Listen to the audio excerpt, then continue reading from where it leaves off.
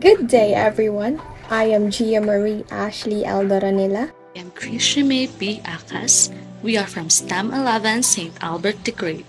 In compliance with our performance task in statistics and probability, we are tasked to form a group of 3 members from each of our family, and then get the age of each family member. These data will be considered as the elements of the population.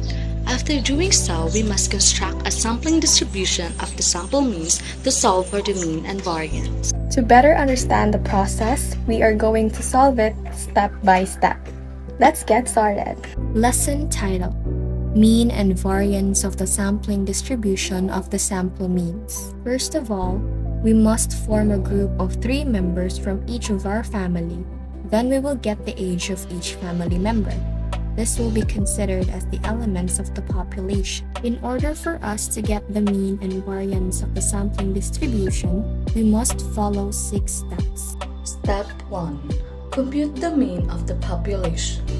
To do this, we will simply add all the elements of the population and divide it by the total number of elements of the population.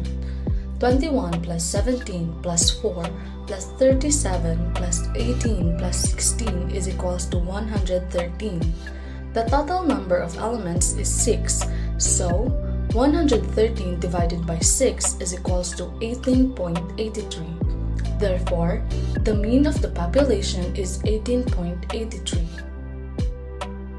Step 2. Determine the number of possible samples using the formula NCR. Suppose samples of size 5 are drawn from the population. We must determine the number of possible samples of size 5 using this formula. Our population has a total of 6 elements, so 6 factorial over 5 factorial, which is the given sample size, multiplied by 6 minus 5 factorial, we get 6. So, there are 6 possible samples of size 5 that can be drawn. Step 3. List all possible samples and their corresponding means. We have here a table.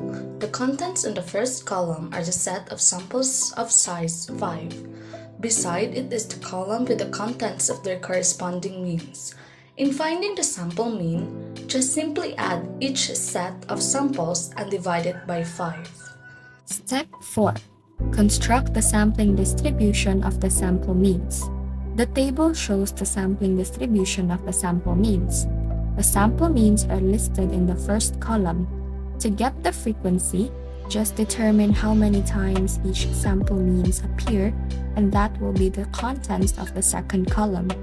In the third column, list its corresponding probabilities respectively. Then, in the last column, multiply each mean by their corresponding probability. Step 5. Compute the mean of the sampling distribution of the sample means. For the first and second column, list all the sample means and their corresponding probability respectively. In getting the contents of the last column, just simply multiply the sample mean by its corresponding probability, and after that, add all the results. So the mean of the sampling distribution of the means is 18.83. Step 6. Compute the variance of the sampling distribution of the sample means. In doing so, subtract the population mean, which is 18.83, from each sample mean. The answers will be the contents of the third column. The next thing we need to do is to square the contents of the third column. The answers will be listed in the fourth column. For the last column, just multiply the results of the previous column by their corresponding probability, and after that, add all the results. To sum up everything, we now have the variance of our sampling distribution, which is 3.78. It's a wrap! I hope you guys learned something. Till next time!